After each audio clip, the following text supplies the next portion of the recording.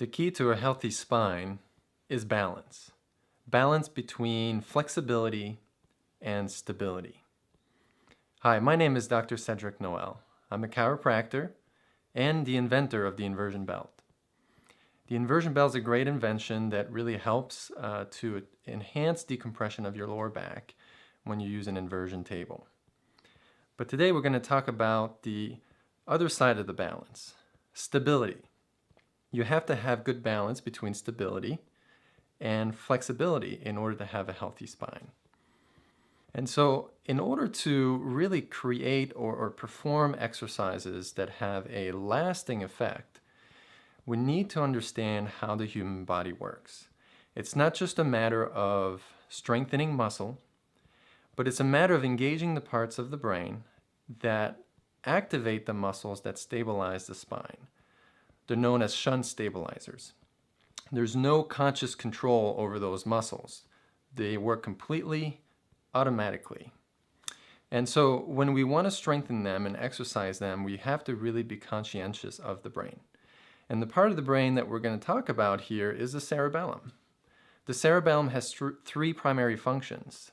Number one, it allows you to have good balance. Number two, it gives you the ability to have good coordination. And three, it gives you stability. It stabilizes your spine. It stabilizes your proximal joints, your shoulders, your hips, and really gives you the ability to move around in your environment. And so these three concepts are really important to keep in mind because when you do exercises to strengthen and stabilize your spine, you ideally want to be weight-bearing, either in a sitting or standing position. But you also want to do a type of movement that's complex. The cerebellum does really well when you use complex movements, which when the angle of your movement is continually changing as opposed to a uniplanar movement. This is a uniplanar movement. This is a complex movement. So we're going to use complex movement, either standing or sitting. So the objective is to do these exercises standing. But the beginner level is seated on a stable surface like a chair. And it's very simple. So what you want to do is you want to move your opposite arm and opposite leg in a figure eight pattern. And they go in counter phase, which means they go towards each other and then away from each other. And you want to do about 10 of those. And then switch to the other side and do another set of 10. Ideally, you want to do 3 sets of 10. And as this becomes easier, you want to progress to a surface that is less stable, like a balanced disc. And this would engage your spine a little bit more. The neat thing about this here is that the purpose of using opposite arm and opposite leg is that we're engaging an arm and a leg that are neurologically paired in the gait process. You know, when we move in our environment, whether we walk or whether we run, we move with a right foot forward and a left arm forward. And so we're reinforcing that cross-crawl mechanism, which is inherent within the cerebellum. If this gets a little too easier for you, you can also progress to using an exercise ball, and that will make it a little bit less stable. And then from this point on, you'll progress to standing. So the objective is really to do these exercises standing. By now, if you've done these seated, you should have the coordination pattern down. Now we just got to worry about balance. So initially, you want to have a chair or a wall or something you can hold on to that's close by so that these exercises can be done safely. And again, we're going to do the opposite arm and opposite leg infinity or figure eight motion, like a sideways 8. And you know, the speed is really a speed that's comfortable to you. I like varying the speed so it constantly changes, and also varying the amplitude so you can do them small and eventually you can do them bigger. So another level of difficulty here is, of course, without holding on.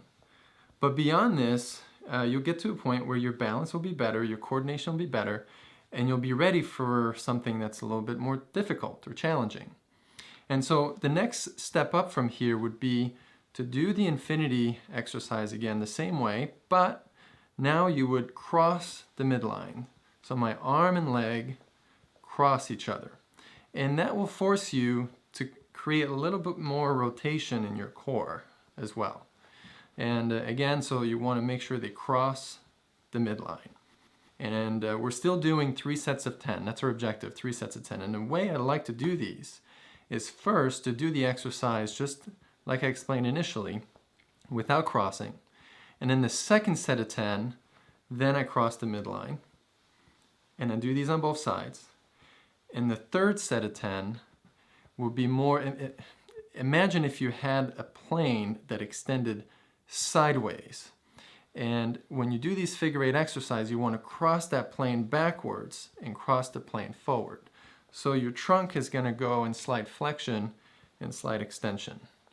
And again, safety is most important, so if you feel like this is too challenging for you, you can hold on to a chair or wall or something like that.